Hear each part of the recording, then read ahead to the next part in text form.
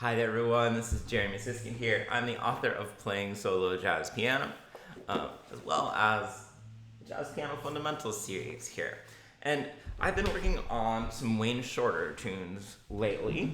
Always great to work on. And one of the things that I've been working on and I want to share with you today is some ways to improvise when we're going between two really different modes. Okay, so this is a beautiful tune called Miyako. Let me play the tune for you, just kind of a basic version of the tune, and we're going to focus in on these first 4 bars where we go between two really different modes. So if you've never heard this tune, first of all, just enjoy it. It's such a gorgeous Wayne Shorter tune.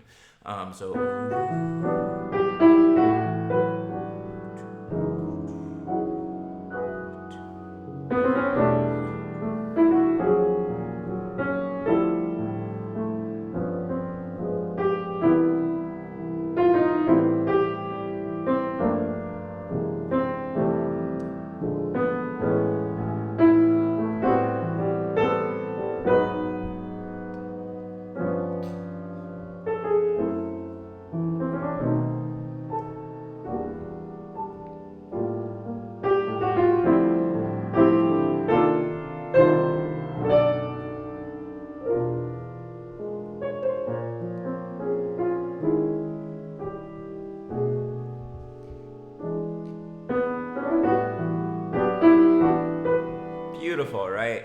I just love that movement to the B flat minor at the end. And one of the things that I think is fun about it, and I've been thinking that this is a good way, I definitely meet some people who don't like or don't relate to Wayne Shorter's music, but I think one way to think about it and talk about it is that there are these moments, at least for me, where I'm not sure what the feeling is. Like, there's not a word when it gets to that B flat. And that's what music can do for us, right? It can give us these experiences that transcend language. So I'm going to go from the second to last line, and I want you to try to come up with an emotion for that B flat.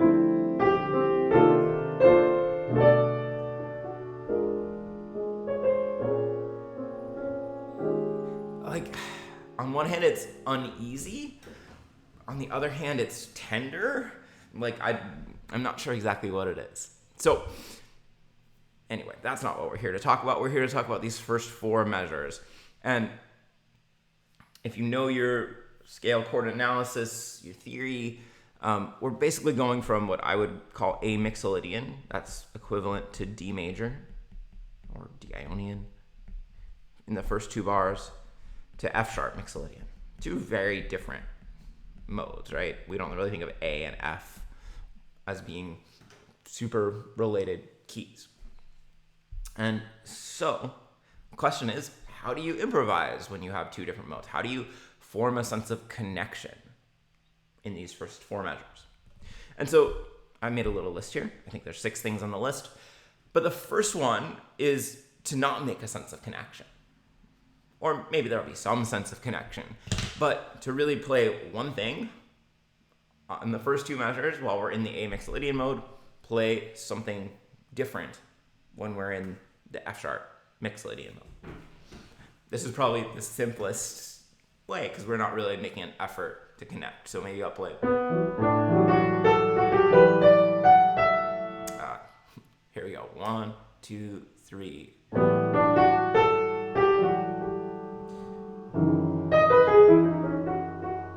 Okay, played one thing, played another thing.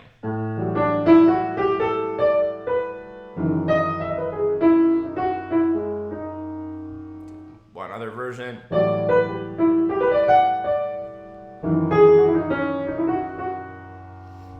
Okay, definitely an option. Not a bad place to start. If you're always doing that, it's probably going to get a little bit old or repetitive. So we could just separate, not try to form any connection. These next 2 are 2 specific ways of forming connection by basically repeating a similar phrase in these 2 bars.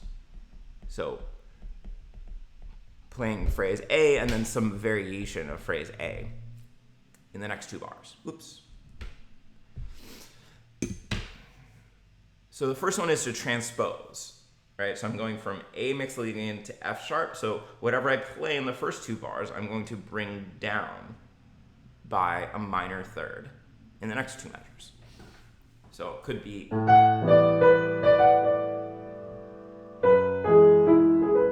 maybe it would be helpful at this point to see.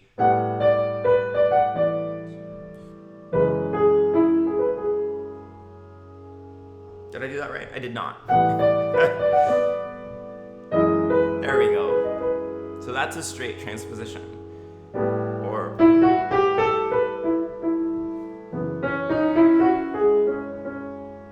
right, about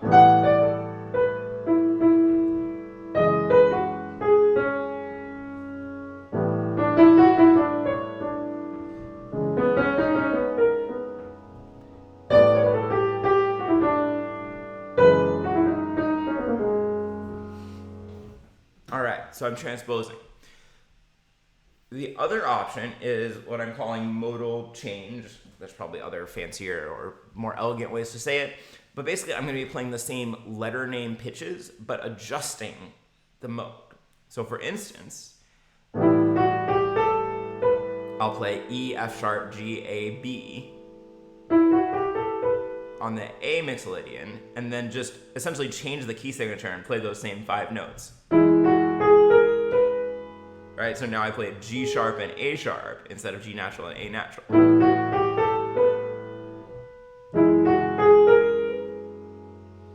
Or how about,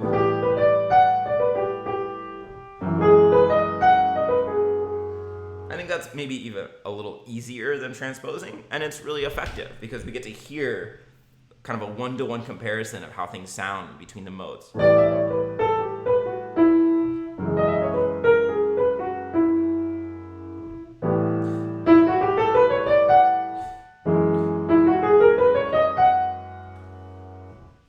So that's modal change.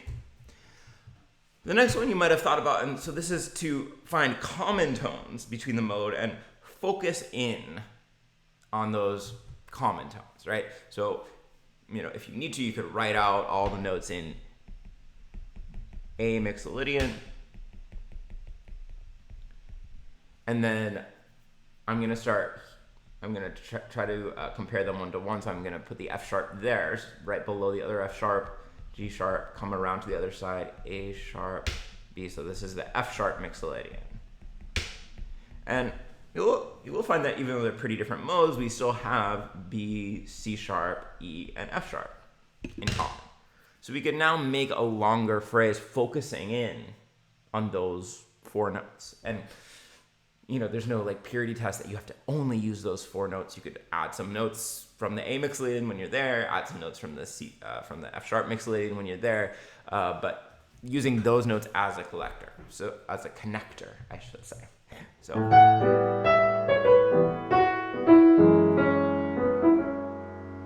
Right, that way I'm able to play this melody that smoothly moves between these two.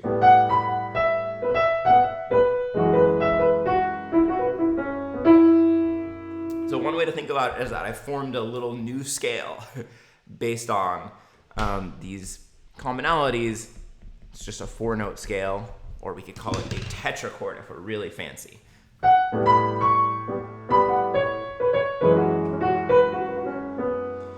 And this might seem to have limited application, but a lot of Wayne Shorter's music and a lot of other music from that era is based a lot around having pentatonic scales in common between chords. So it's really actually quite a useful approach.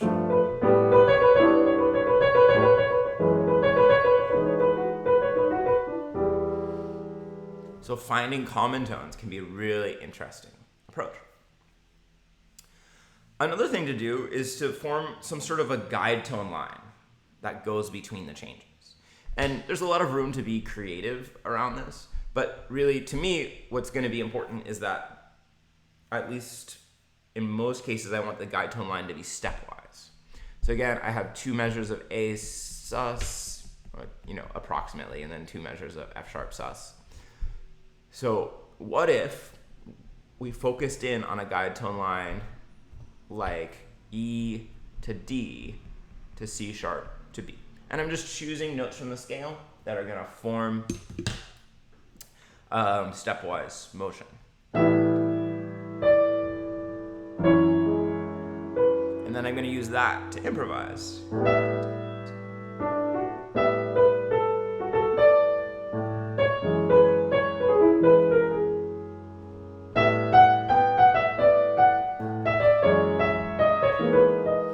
And what this does for us is it forms this really smooth connection between these chords.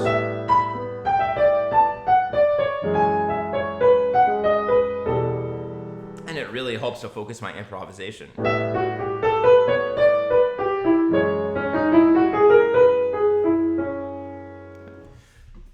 It could be a stepwise line going up. Like we could do, I don't know, G, A, B, C sharp. I'm just kind of choosing a place on the scale to start. It doesn't matter that much, in my opinion.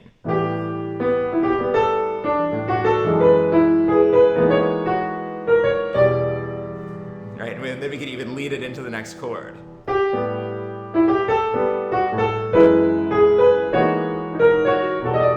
It's really nice, right? So, like, I would make stepwise guide tone lines your priority, but you could also, for instance, do a guide tone line like in thirds.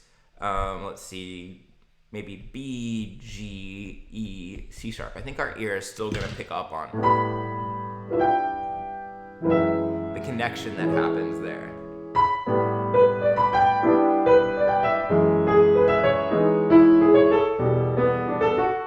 Right, that's pretty cool actually.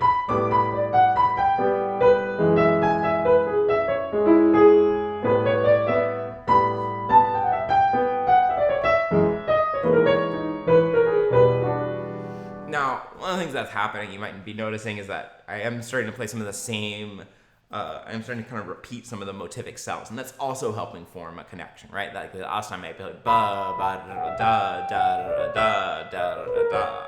So it could be, you know, that you're working like that.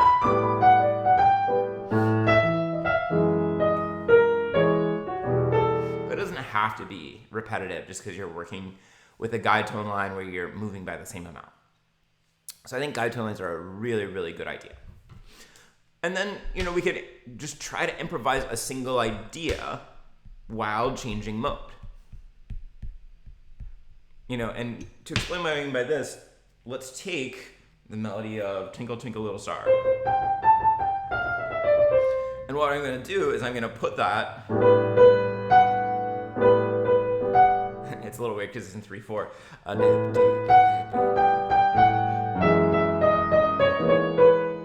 You know, I'm putting that over those two chords, and I'm just adjusting again the accidentals as I move through. I can start on a different note.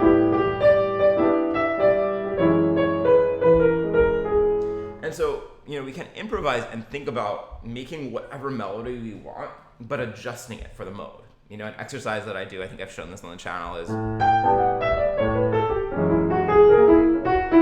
playing like the melody of Donna Lee, but adjusting it for the mode as we go through.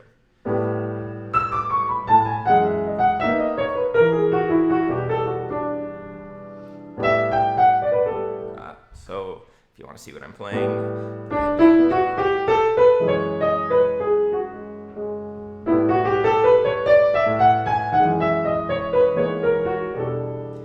One of the things that's really interesting and fun to experiment with here is that we can move the place where the mode changes.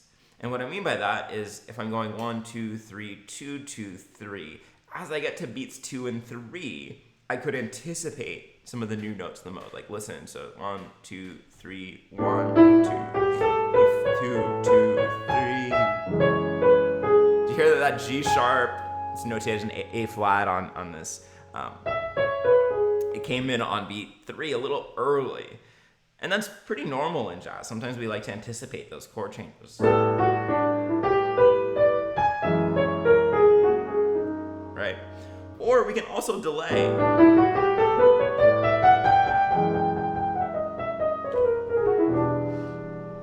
You know, that's a little bit less convincing, I think, in general to me, but it's definitely possible. So these are 6 different ways that you could choose. right? So we could just play two separate phrases. We could align the two different sections by repetition, either transposing or modal change. We can focus on common tones and create kind of our own scale. We can focus on a guide tone line that's going to connect between the harmonies. Or we could kind of play a single longer idea, really focusing in on changing the notes to adjusting the modes as we go through, adjusting the key signatures, the accidentals. Thanks for watching. I'm going to play you Miyako if you're still around. And I've been really enjoying learning this tune and working on it. I'll keep the chart up here. Put this here. Thanks for watching. So here's a little version of Miyako.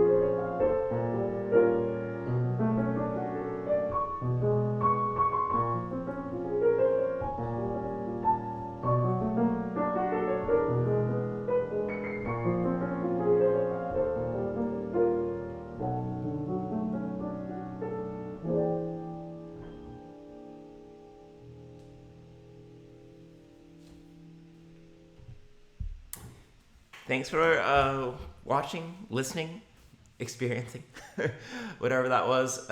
If you've watched this far, let's see, why don't you comment with another monk tune named Dance Cadaverous in the comments. Have a great one, everybody.